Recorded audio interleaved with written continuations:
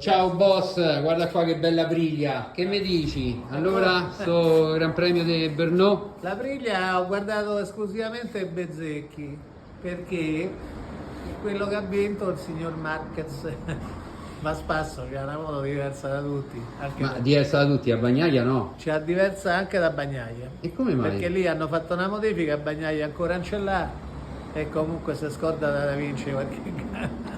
Però Marquez è di un Però altro livello, dai. sono contento del risveglio della KTM perché sono arrivati davanti, eh, sperando che la fabbrica rimane aperta per sempre. Grazie boss.